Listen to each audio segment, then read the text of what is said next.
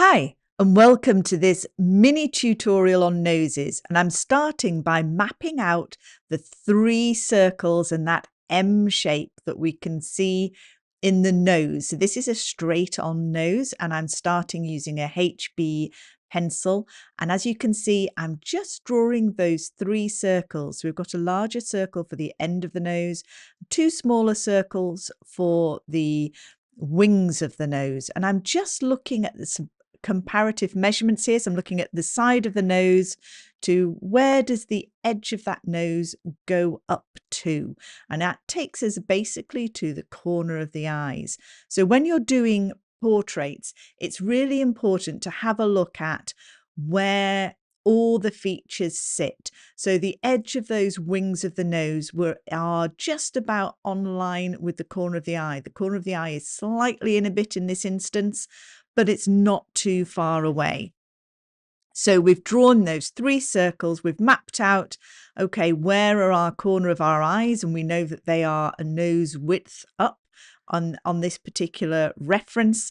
And the bridge of the nose goes up from the side of that main circle that we've put for the end of the nose. We're just drawing those up, and we've got that keystone shape at the top of the nose where we've got the eyebrow bone meeting, and we're just putting in a little bit of basic pencil shading just so that we can see where those eye sockets are. We're not doing any more than that because we are focusing on the nose.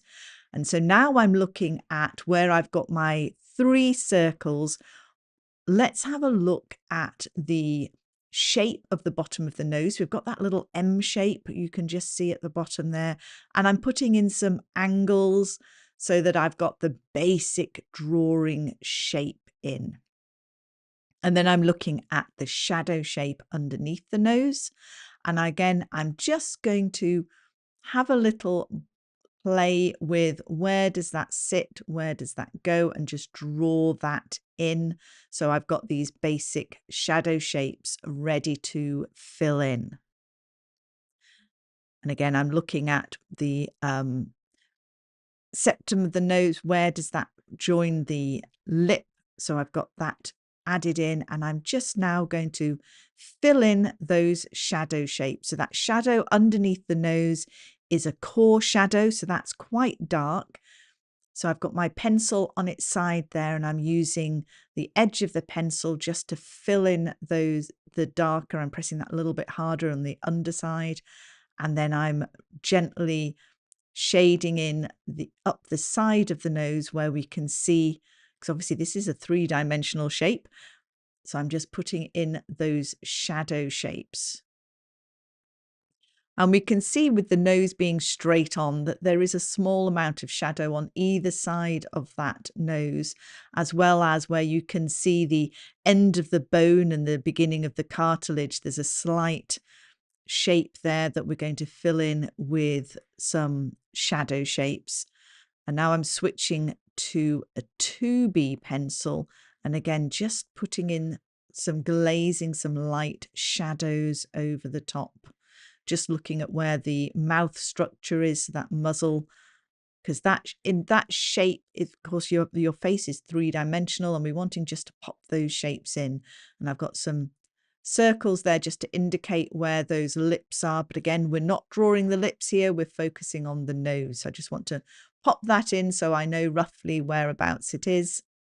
And then I'm swapping out to, like I say, a darker pencil. I think this is not sure if this is a 2B or a 4B actually that I'm now using. And I'm looking at where are my darkest darks. So I'm squinting and I'm looking at where are those really dark bits. So we've got the dark bits just where we can see the edge of that nostril and on that core shadow, and just up around the sides of the nostril as well, where we've got some really dark areas.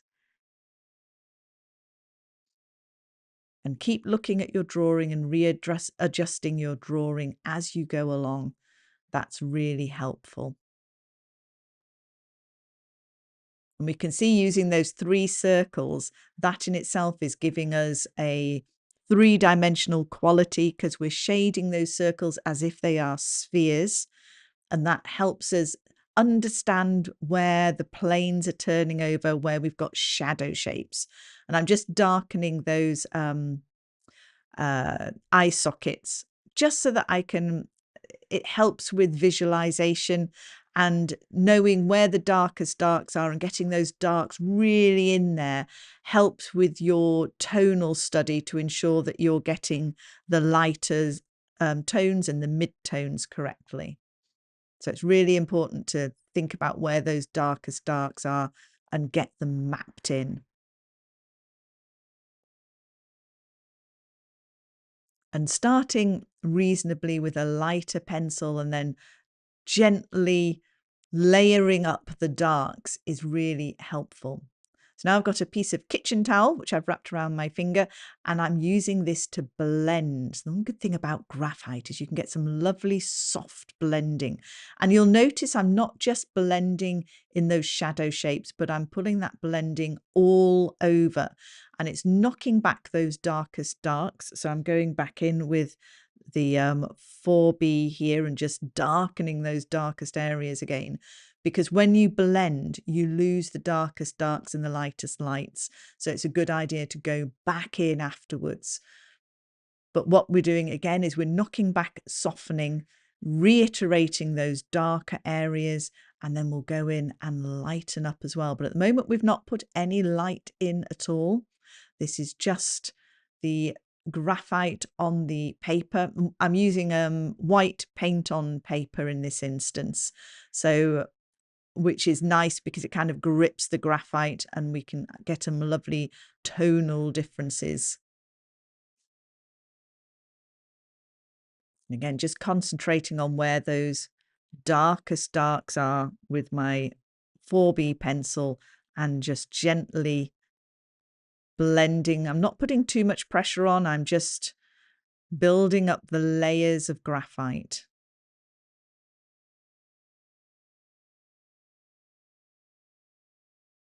And again, making sure that the eye sockets are dark really helps to visualize the 3D of this nose.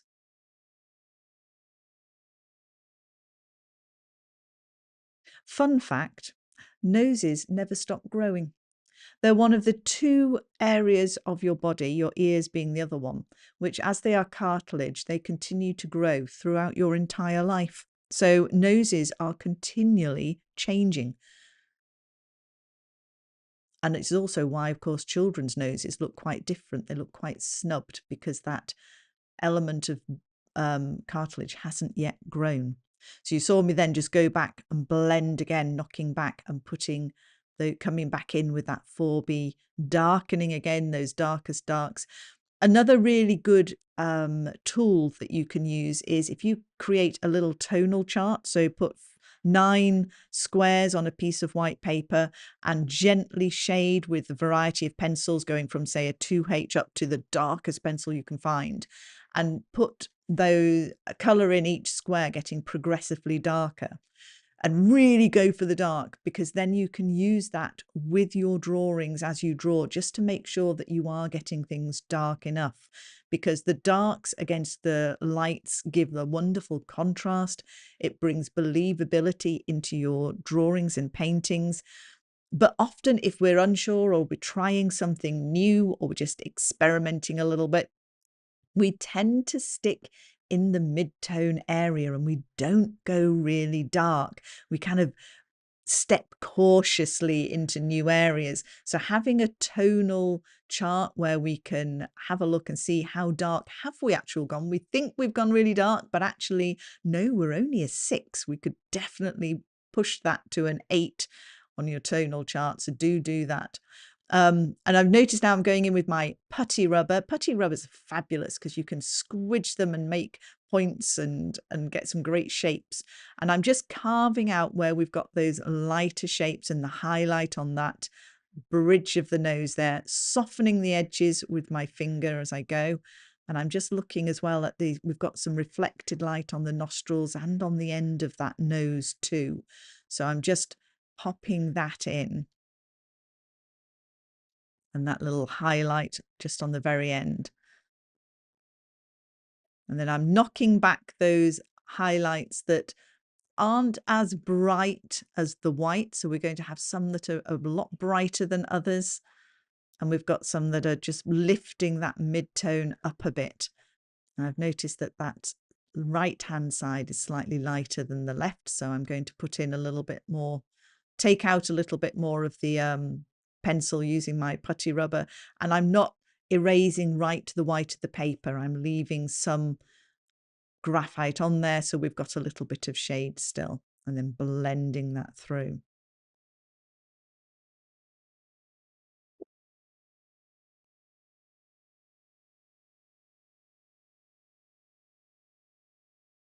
I'm going in back in with my putty rubber, and this is the part where you start having a conversation with your drawing.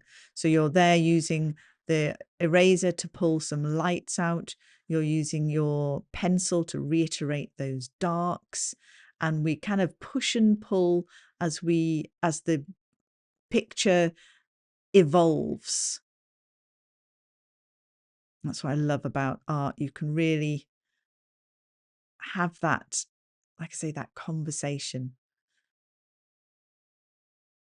And now I've just got a brush pen, and I'm just going to square this picture off just so that I know that this little study is just of a nose. And I just want to, it's nice sometimes to have a border. And I'm just using the brush pen just to iterate where those really, really dark shadows are at the edge of the nostril, just underneath the nose there, and on the wing just a little bit. And that's because this is a study, I want to really just see where I've got the darkest darks, and it helps me understand the shapes more. I quite like these little studies. They're quite fun. And they look quite good too, which is really nice. I'm just going to, again, darken that indication of where the eye is sitting, the corner of the eye above that wing of the nose. And darkening just underneath that eyebrow bone, just a little bit. And blending in, because like I say, this is a study of a nose, not of an eye. So I'm just looking at where, but it is useful to make sure I know where my proportions are. And again, puts the nose into context. But like I say, I'm not doing any detail. I'm just literally putting a bit of context in there. And it also helps that way with the three-dimensionality of the nose, because you've got the surrounding area. Also, you can see the three-dimensionality, and you can see the hints of what's there.